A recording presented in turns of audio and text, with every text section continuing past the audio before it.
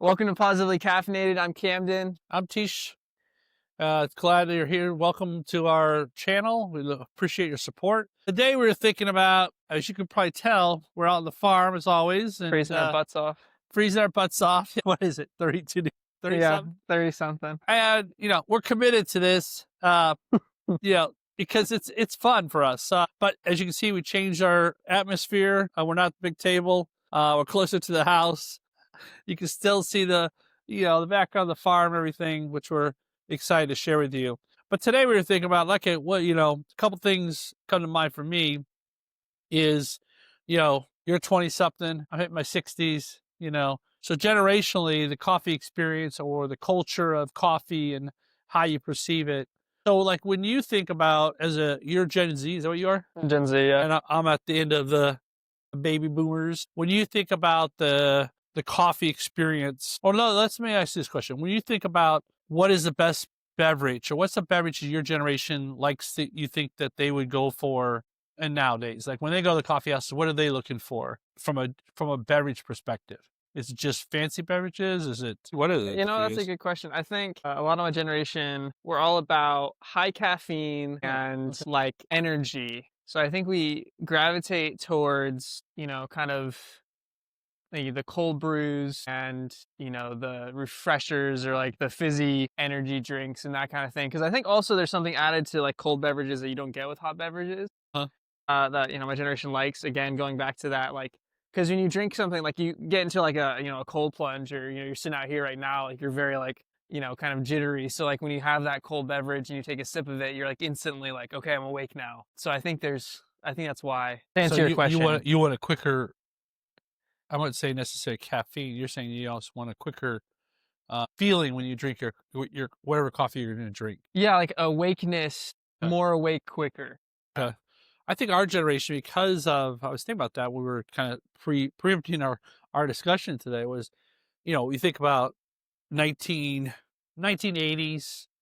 As you know, Mom and I had our own coffee house, previous, like in the Blue Marble. Mm-hmm. We started that in 88, 87, 88 through 1994. And we were in Southern California. There was only, I think, 18 coffee houses. Oh, and when wow. I started getting the cafe latte in Hollywood, California, prior to that, there was only 3 coffee houses in Los Angeles at the time. They were calling coffee houses, some were called bakeries, and they serve coffee. But Why do you coffee think that houses, was? it hadn't caught on at all. It was just, even, they had Berkeley, some of the trends that you hear about now, Pete's coffee places in San Francisco, but it hadn't even caught on. And as you know, there's different waves that have happened. But I think our generation, so you think about the 90s, it's always been, and I believe it's also because of how we were raised, but black coffee was kind of the in thing. Just get a good black coffee for my day going to work. And I think it led from that to the 90s, and that's when we saw, a big wave of coffee houses, especially Starbucks and Pete's and some of the other ones, go from there. And then, we got into this baby boomers got into lattes, but still drip coffee was a big one. And then 2000 was more of the atmosphere, coffee house scene. Liked the hot coffee. You guys didn't have iced coffee? No. Then like it wasn't, or you guys didn't like iced coffee? Like, why did you guys gravitate towards? I don't ever recall drinking iced coffee. I've been drinking coffee, and even if I think about, Lola's dad and so forth, he would keep a coffee pot on the burner all day. He'd go to work, he'd come home, and he would take the coffee pot and drink it. And it was like, I don't know what it tastes like. But then, then from there was, I think it was just kind of pushing the trend forward, because we were kind of at the, this is going like 40 years ago. So we're in our 20s and 30s ourselves. I mean, the baby boomers at that point, maybe a little bit older than that, if you look at the whole spectrum. But yeah. So around my age, yeah. Yeah, and a little bit older. So probably from whatever the baby boomers are, 35 to 25 at that years. And so they were just starting, right? So the whole thing was get a good cup of coffee, and then espresso came about. And then, different waves of experience. So when you go to think about, so kind of, you guys are more in the iced beverages, we're more in the hot beverages at this point. And then when you think about the experience of the coffee house, what kind of, like, you think about, hey, I'm going to go out to coffee house with friends, or even when you were going to school and stuff like that, did you guys look at coffee houses from, is it more about the atmosphere? Is it about I think it's convenience? it's kind of the same thing I was saying about the coffee. I think we look for that same thing in the atmosphere itself, Uh-huh. like that high energy. It's like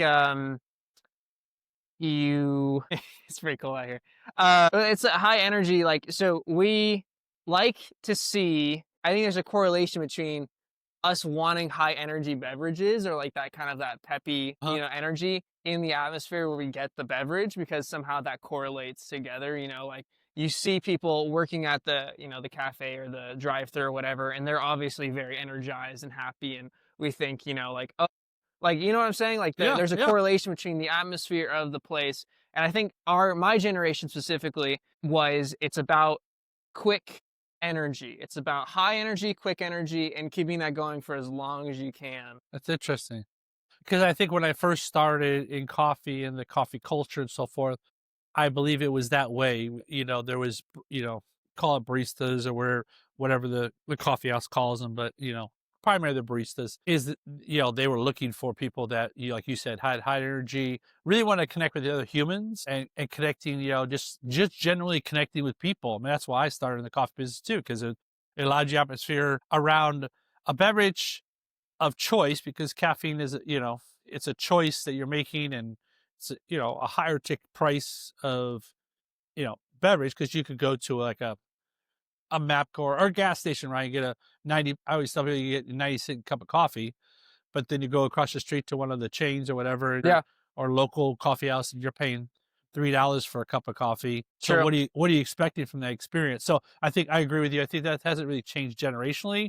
I think it's changed in regards to what you get at some places. I see the new up and coming coffee houses. I think they're doing a better job than maybe some of the traditional coffee houses. They haven't made it as complex, I guess, and so forth. And you're not waiting, even with the apps. And so, is apps important for you guys? Like, do you want to order online before you? Okay, it's all.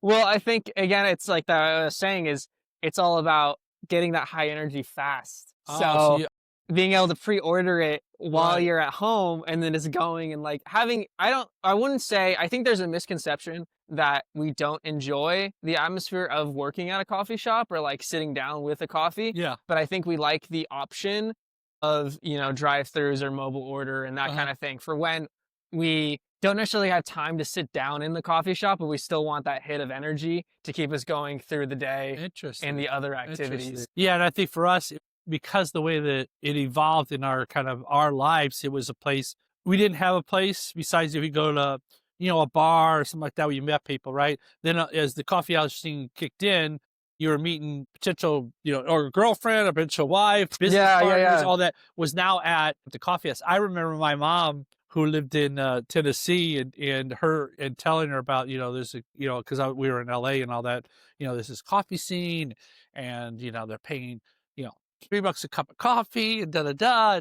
And she's like going, there's no way we're ever going to pay $3 a cup of coffee. And then one of the Oh my national chains gosh. came to, this is several years later, it came to Tennessee, and I remember talking to her years later about it. And I go, and they have a accounting company, as you know, them meeting some of their clients and so forth. And then they got their tradition. They would go down this, you may know about audience, Franklin, Tennessee, a place called Five Points, but they would walk down there, and they had their dogs, and it was just a ritual. Then it became a routine for them, right? Which is kind of cool. And they just liked it from, which most of us do, a familiarity, kind of like Cheers, right? Yeah, Comments, what was that, 70s or 80s? Hey Norm, how you doing? That's what I always thought the coffee house, enrichment of the coffee house that you wanted in coming into the cafe, be it, I think we like more the sit down, and I think I don't want to get too bogged in the weeds here, but no, no, I think there's something to say. I think all the newer coffee houses are all going for the drive-through experience, quick and easy, like you said, in and out and so forth. Whereas some of the traditional coffee houses are still trying to hold on to the big cafe, a lot of seating room. I think there's a space for those things, especially like college campuses, definitely. hospitals. Libraries. I just don't know if the average, 20, 30, or 40-year-olds, because that's your main clientele is, 25 to 45 is really the biggest because they're in the business, they're going to work every day or whatever. If they want that same type of atmosphere in their stores as well, because now you have the app and you've been in stores where the app customers are 20 people deep. And if you want to walk in a store and get a beverage, it's like That's weeding true. through people. And depending on the store you go to, they all have different methods of handling it. Like, some I've been to where it's like the mobile order and pay is like Yeah, the same level as someone that walks in through the front door. So they're right, making the mobile order and you're thinking, oh, I just ordered my drink at the bar. Where's my drink? And they're like, oh, well, we had a 20 drink order, right, prior to right, your drink. So right. you end up waiting there and stuff. I think going back to what you're saying about grandma and like the $3 and that Hmm, kind of thing, hmm. clearly she bought into it Yeah, eventually. She was probably paying more than $3 at that point. yeah. And I think, Now it's $5.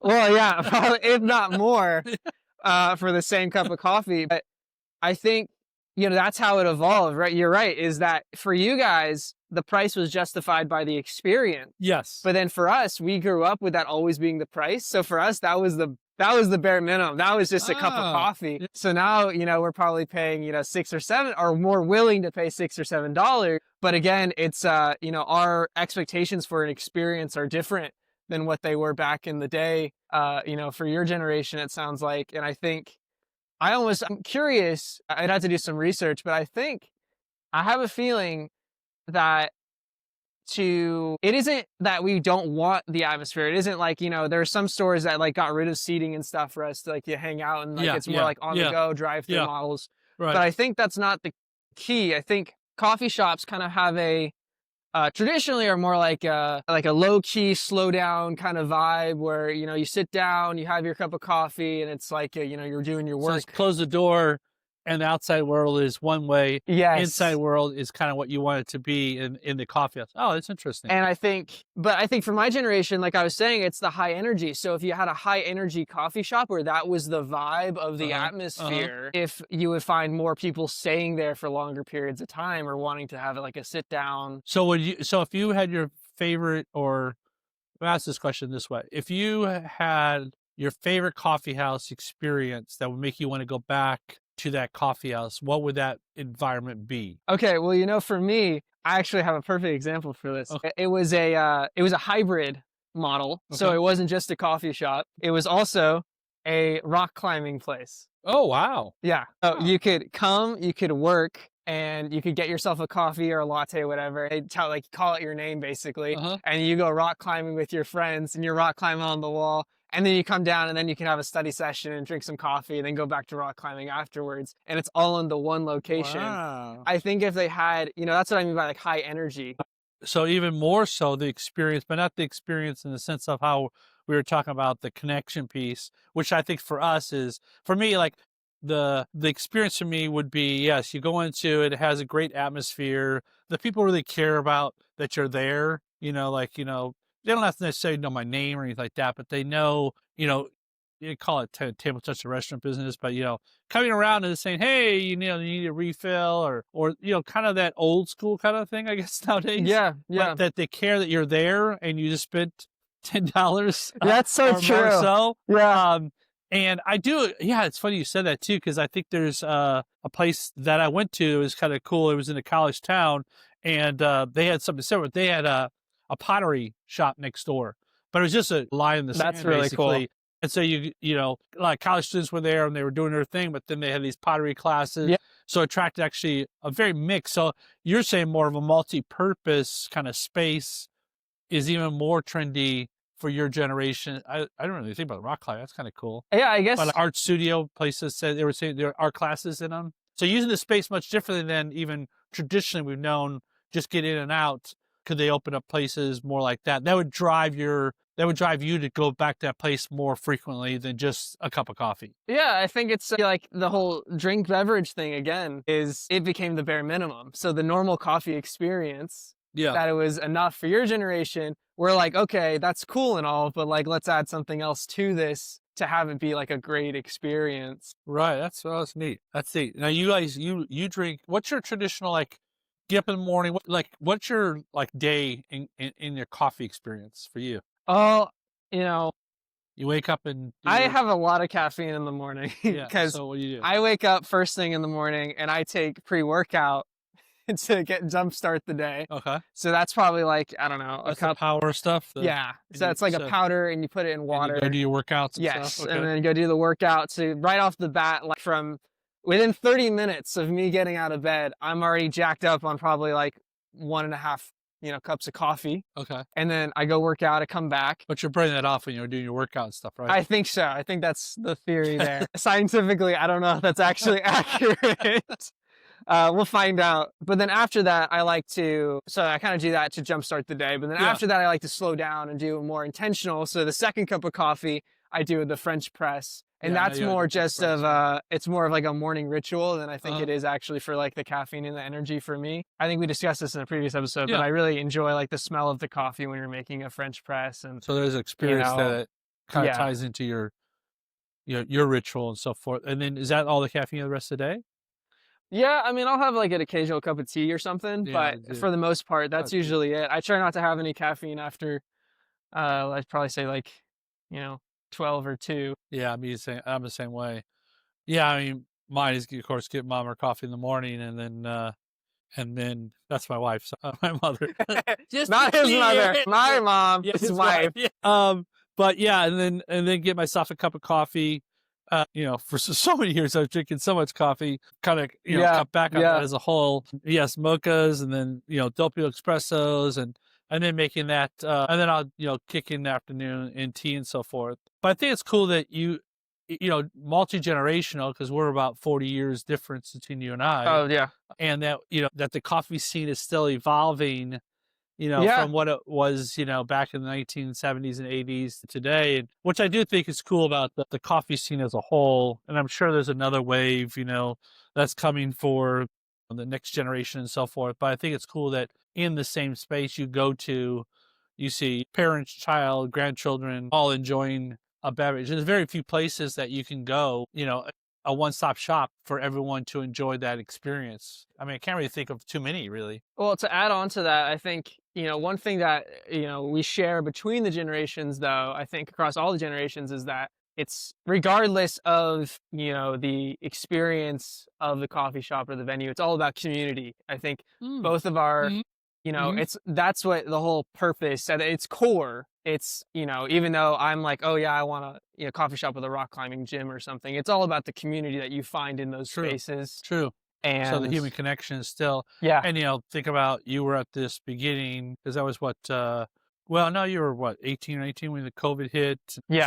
So evolution around, I think, the generation, the your generation, and all those things. But I do agree with you. I think that at the end of the day, it's, we need more of that. We need more of connecting, human connection, kindness towards each other, and just lifting up the human spirit. And yes, there's a cup of coffee, and there's a lot, in the background of how the cup of coffee, I'm sure in future conversation we'll talk about.